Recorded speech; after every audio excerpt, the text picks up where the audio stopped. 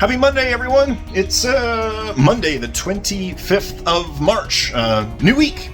This is our weekly update video here at the dry docks.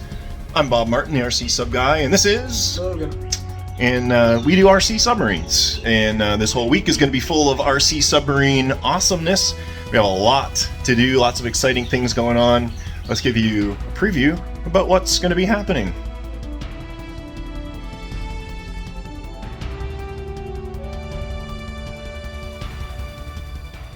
Alright, so thank you so much to everyone who's ordered our Nautilus kits. We're getting a bunch of those in super quick.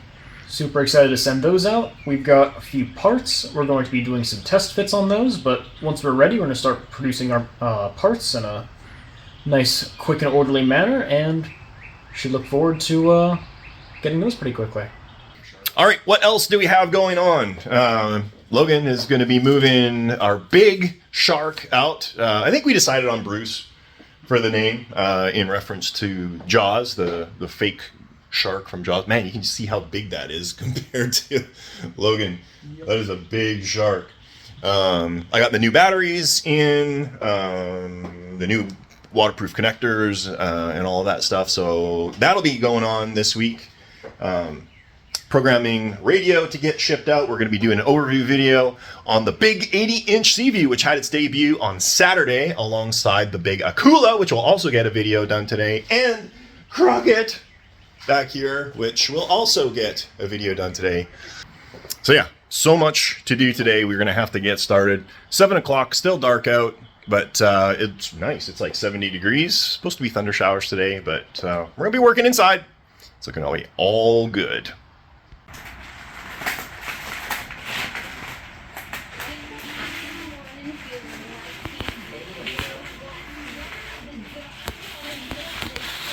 In one of my later videos, I talked about my super stand, and I want to make a dedicated video on it because I just find it absolutely invaluable to me for transporting boats to and from the pond, particularly if you've got one that is somewhat sizable. So let's take a look at what we did, and maybe this is something that you'd like to build for yourself. So what we've actually got here as a foundation or basis for this stand is this little painter's stand. And you can get these on Amazon like I did. This is a Gorilla ladder stand. I think it was about 80 bucks.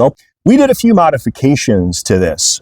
We got some aluminum channel, bolted it to the side of these legs, and then mounted these rollers on here. And I'll show you why in a moment. And then on the back, we've got more of these angle brackets and then two big roller wheels in here. So in practical application, you would put your boat down there, strap it down with these adjustable straps like that. You would roll this up to your vehicle like this. It's nice and easy to roll. Just push this button in, fold in the leg, and then you could put that in the back of your car or your trailer or whatever it is, and you'll notice these little roller wheels are here. So now what you can actually do is pick up the back, and then you're going to do the same thing back here. Roll that in.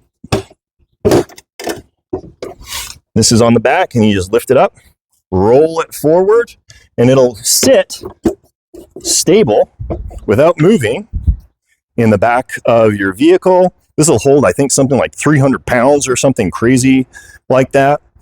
The big thing for me was just being able to transport the boat that's heavy and bulky a longer distance without breaking my back. This is what we ended up with. I probably ended up having about $120 into it.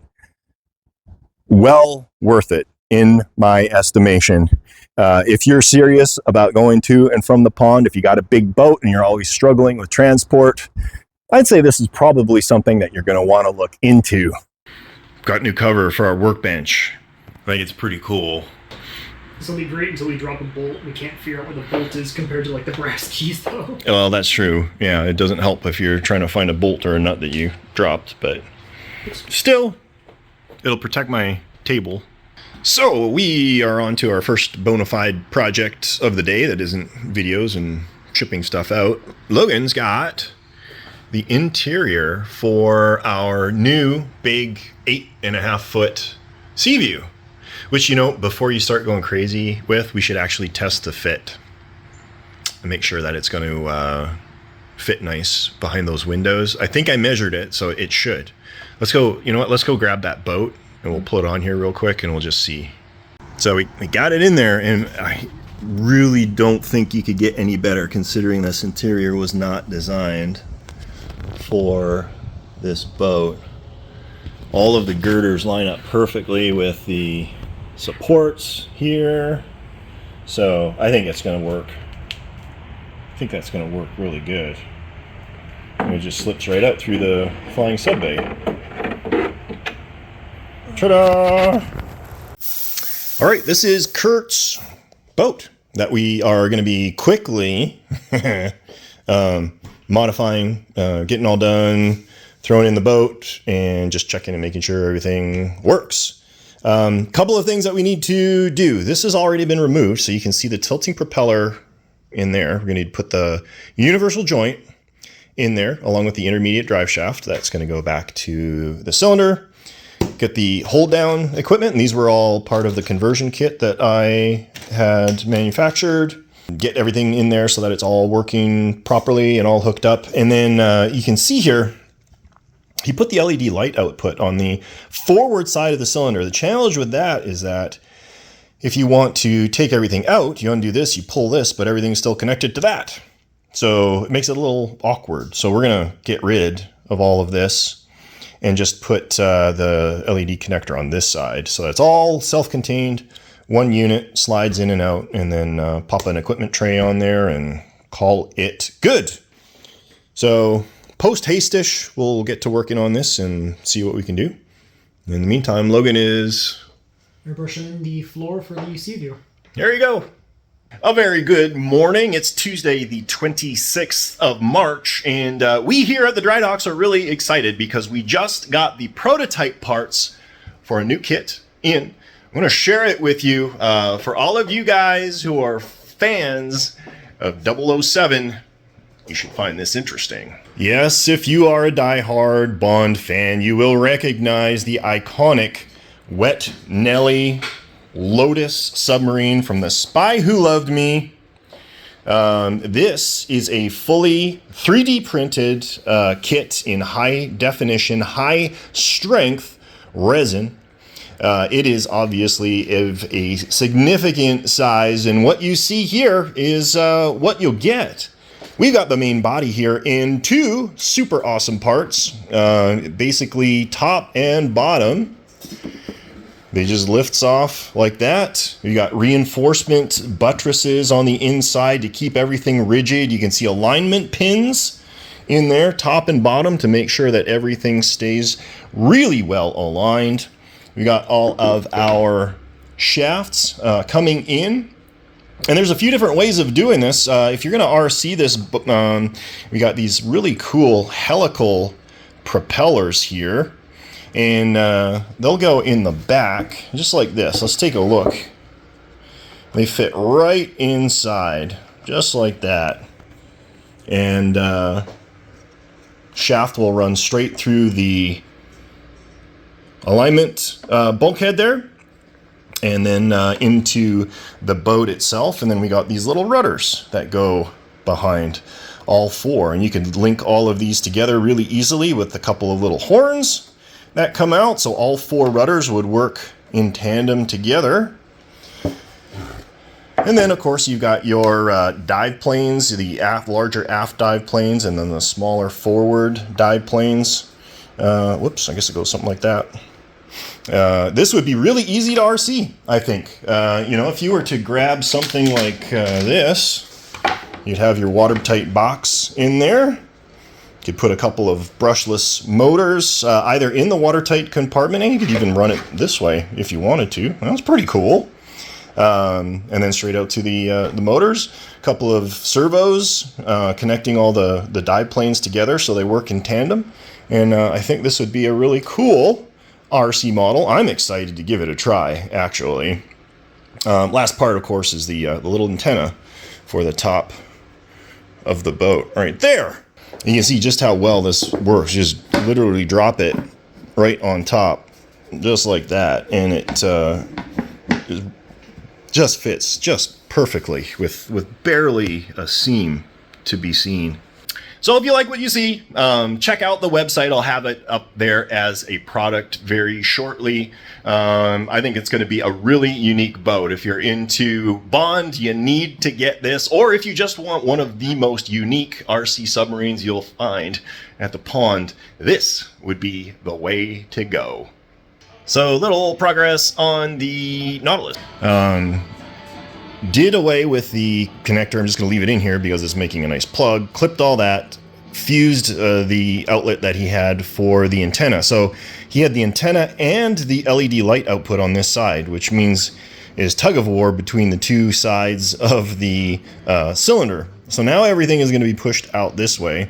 I went ahead and put in a mini beans connector here because the real estate in the boat is somewhat limited. So, you know, you don't want this big, long connector that doesn't bend very well through there. So I got the mini beans, and that's all plugged in here through the magnetic mission switch. In theory, if he's got this all wired up correctly, it should be fine. I'm printing a new battery tray for this as well.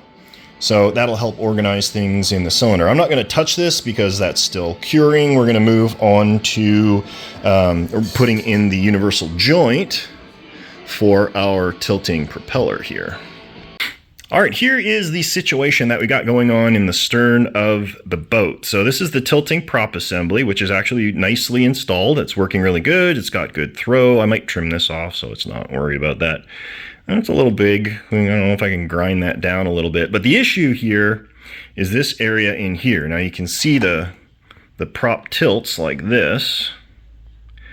But when it goes to its extreme edges of travel, the universal joint that I would typically use, it gets pushed up into the hull. Now, normally I would make sure that there's lots of room in here by hogging that out, but we're short a little bit.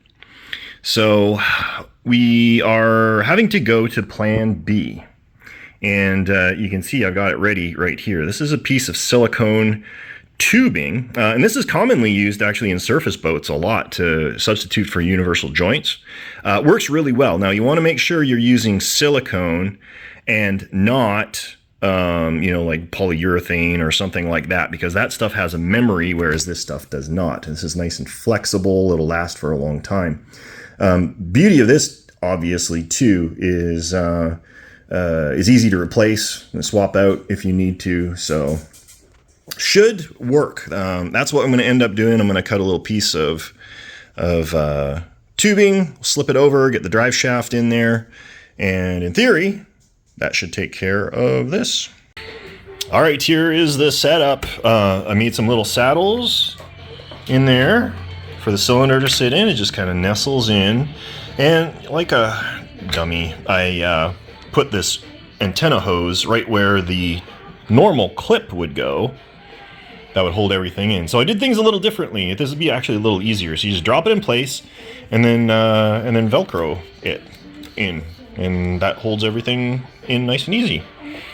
There's our universal joint or dog bone that goes to the drive shaft, and that moves really nice and easily like that. And then we got our rudder linkage right here. Whoops, I went too far. Just like that. And then the linkage for the, oh, that's stuck underneath, for the tilting prop. So I just got to hook up these two to those magnetic connectors, and my work will be done.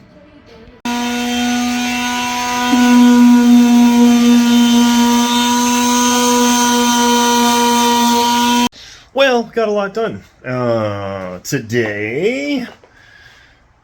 What the heck do we do, though? Oh, I got Nautilus all done, except for the battery tray. So that's finishing printing. That'll be done by the morning. You can get that installed, get it tested, and get it shipped out of here. Logan was working on the new interior for the 105-inch Seaview.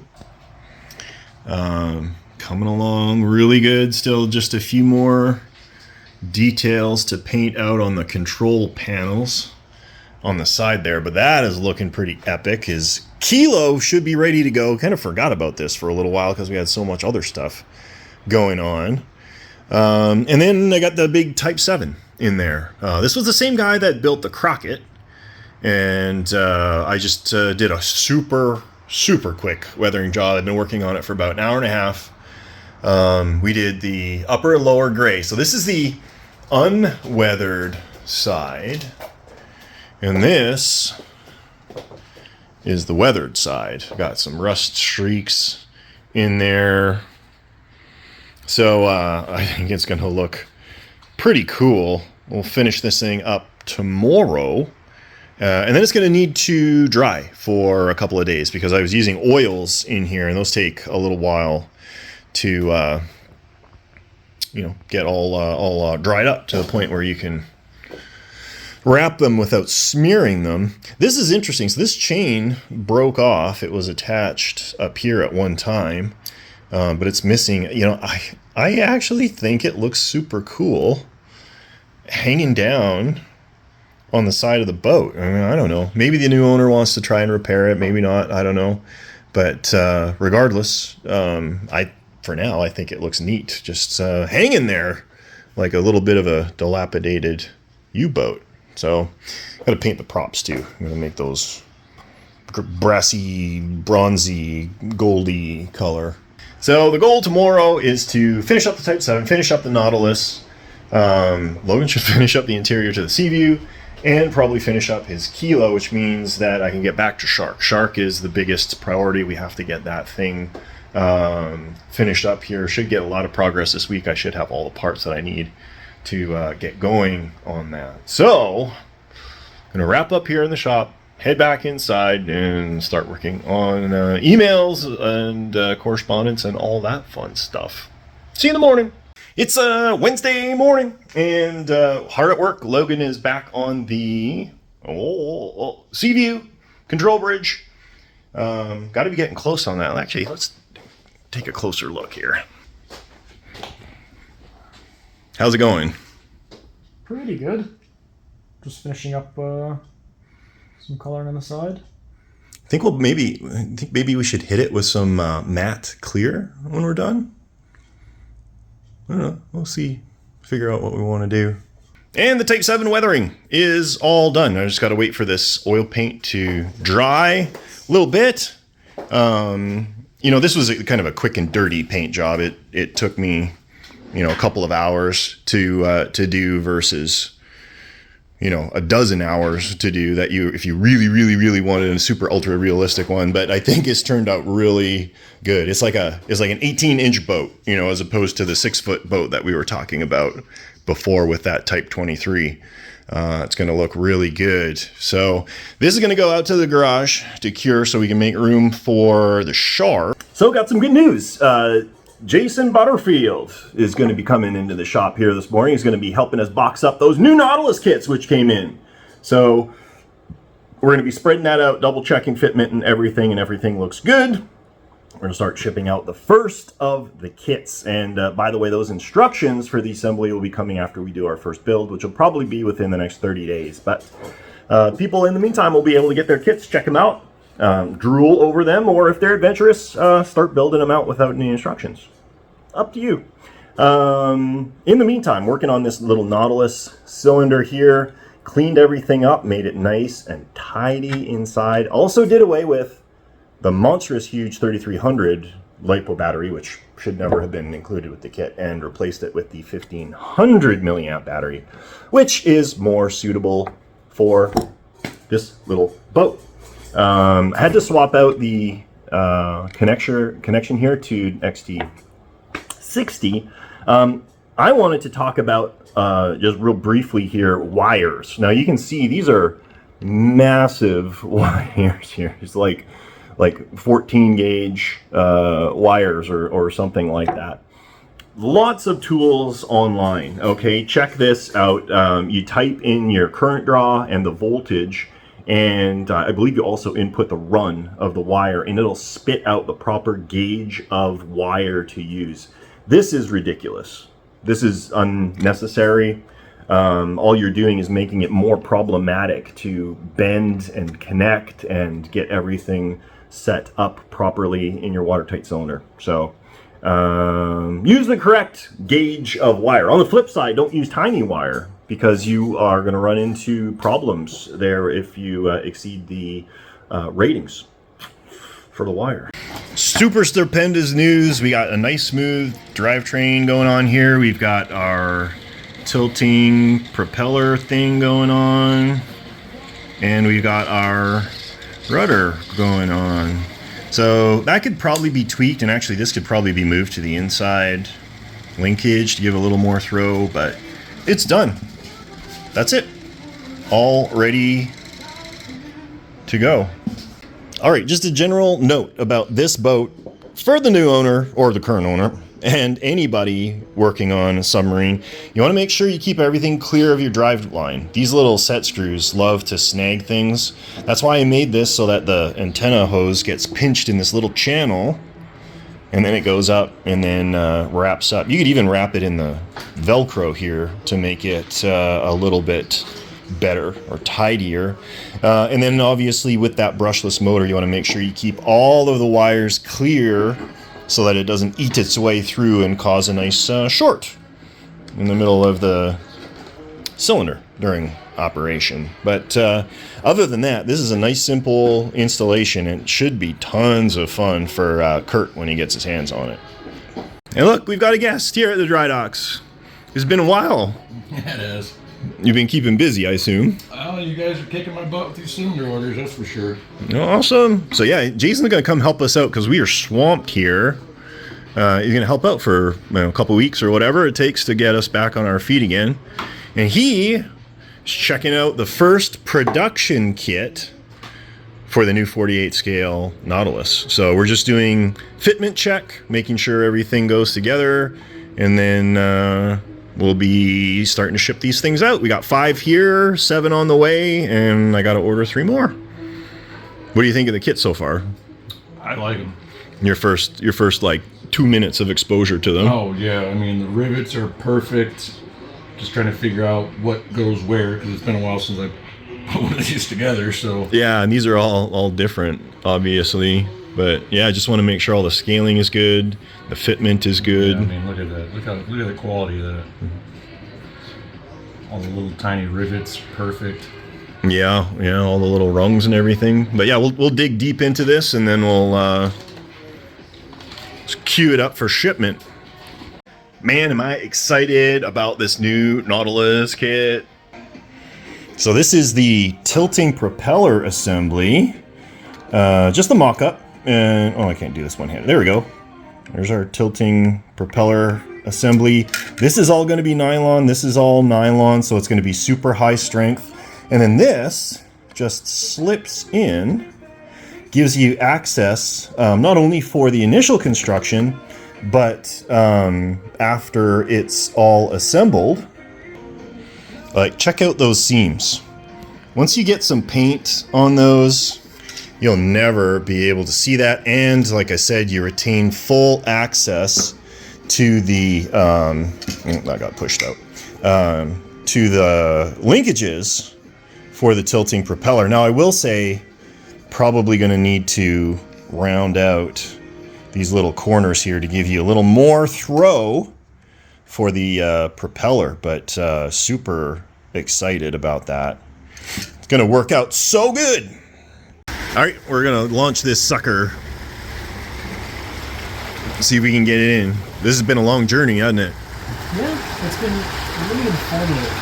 It's been interesting. We've run into so many new problems that we haven't in most of our traditional boats, but it's been really nice, like, building up the skills to identify them myself, and kind of the journey towards, like, building something for the first time, like, on your own.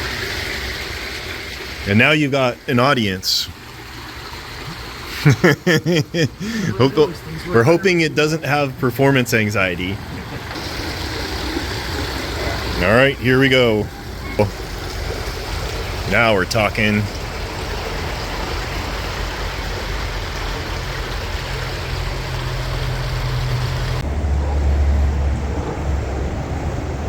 There you go.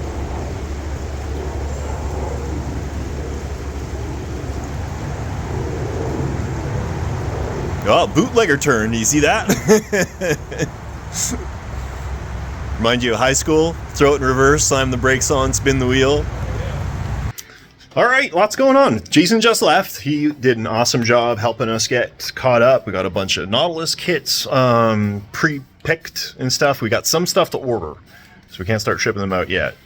Logan, our version 3 battle boat, touching up the paint, getting those all set to go. So tomorrow we'll probably start assembly of that thing.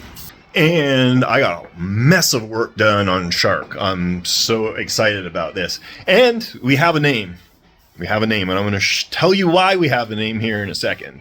So this is what we've got going on here. We have installed and tested the twin electronic speed controllers. Those were a pain in the butt to program, by the way. Those are fully functional. I've got flotation foam installed. I've got the waterproof box, a mounting nest in here. So we'll have 4 outputs for servos coming out the box there in the back. The idea is this will just drop down, and then when you put the lid on, it'll have a little thingy that'll lock it down in place, just like our version 2 Shark. And then our big 12 amp hour battery is going to sit back here, and it'll get locked in place with a foam sheet that goes underneath. So that, I think, is going to work out really, really cool. And the customer found these LED lights for the eyeballs, and they look really good, actually really realistic when you look at it like from back here. And now maybe Logan will hook us up with the power. This is why he's going to be called Billy. So he's got vertical slits in his eyeballs, just like a goat. So instead of Billy the goat, this is Billy the shark. But I think they turned out pretty cool. What do you think? Yeah, actually having the dedicated line makes it feel more like he has an iris as opposed to just the soulless black. Yeah. Or red for that matter. So yeah, I think they're going to turn out good. They're nice and bright. Things are coming along. Today we're still working. Well, no, I got some stuff to do. I got emails and product listings and all that fun stuff to start working on. But Jason got the alignment pins or the installation pins for the Shark all done. So tail is all set to go. We can pop his tail on anytime. So yeah, we're coming up close on end of shop time, move on to computer time.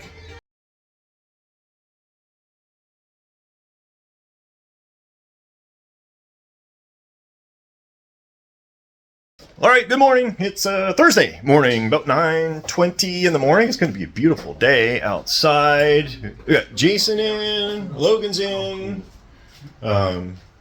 Logan is working on battle boats over there, fighting his way through that because we got to test the new hull design. I've been working on a couple of other things in here, but we first want to show you these really cool eyes that we rigged up. So these are the new eyes for Sharky, and we thought it would be kind of cool if we could get them to glow brighter as the throttle is increased. So now they're variable, and we can tie that to a separate potentiometer. We could tie it to the throttle. We could make it both. We could make it switched on and off. We can do whatever we want with the new radios.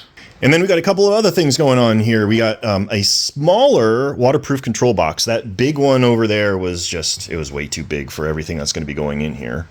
So now that we've got the lights going. I got to put one more connector in here. And then we're going to go ahead and mount that quasi permanently in because we got full access to the top with these fancy bolts, just like that. It'd be so easy. And then we got a bracket that we're fabricating to hoist that monstrous 12 amp battery and hold it against the belly up here. So we're getting closer. All right, we just got in special shipment from Arc Model. I bought 5 kits to hold into stock just as a one-time deal. So those are up now. If you're interested in the Type 7, the Arc Model kits are absolutely amazing, up on the site at a really good price.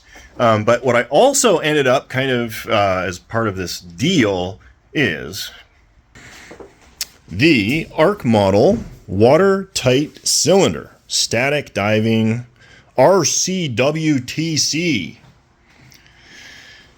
This is like everything that you get with this package. Now, I'm going to be completely honest in that in all of my years building these boats, I've not heard of anybody successfully manufacturing one of these and working reliably. Now, that doesn't mean that it's not happened. It just means that it's a little bit more difficult than you would think. And it's really the instructions, I think, where people are really let down. So a lot of this probably has to do with the, instructions. Especially with how they point out half the things using a question mark. Yeah. But, full instructions, fully complete. All of the components are here to build a piston watertight cylinder. This would be suitable for use in the Arc Model Type 7 or any boat twin shaft of comparable size. So if this is something you're interested in, there should be 2 of them listed up on my website. Going to be a heck of a deal, way cheaper than the cost of just the components alone. So even if you just want to supplement your spare parts, this might be a good deal for you. All right, guys, it's Friday. Not much going to get done today. It's Good Friday. I'm going to be doing some things with family today. So wrap up here. I'm going to wrap out this video for you. Let's see where we ended up. Billy the shark is coming along really well. Everything has been wired. The last thing that needs to get done is the pectorals, the linkages for the pectorals. And I think I've got an idea for those. We'll see how that goes. I'm pretty stoked about this whole battery situation. So you can see I've got a big brass bracket in there. Battery literally slides in place, and then the door just drops down and locks it from moving. I'm pretty excited about that. It's going to work really, really good. The tail section is completely done and assembled, and you'll see these little add-ons here. That was done, obviously, intentionally, and it's not the way a great white usually has their fin situation set up, but I think those are needed to provide some stability for Billy when he's going through the water at higher speeds. Obviously, there's lots of vertical fins, but no horizontal fins. So just like the fletching in an arrow, added these to give just a little bit more stability there. And Logan's Kilo, that got tested out. Now it's working okay. It's not perfect. But Logan just wants to get that thing gone. And he also wants to try and make it so that it is something that someone could step into if they're just trying to get into the hobby. Or to supplement their fleet at a good price. And so I believe $9.99 for the whole thing. So that is the MSD cylinder, the hull, the new Vex radio, everything. So I've not listed it up yet, but it'll probably be up later today. If you want that, reach out to me. Let me know. We'll get you hooked up with Logan's Kilo. And you'll be supporting a starving college kid as well, because that's his boat. He bought it, and that money goes to him. With that, I think we're going to let you go. We're all done here. We'll be hitting the ground running next week. Going to be another short week next week for me because I leave on Friday to do a consult work for my old job down in Florida for 5 days. I'll be back on the following Wednesday. So going to be a short work week next week. It'll be most of the week. And then the following week, I'll just have basically 2 days in the shop. So lots going on here at the dry docks and for me personally. But with that, I think I'm going to let you go. Thanks a lot for joining me this week, and we'll catch you next time.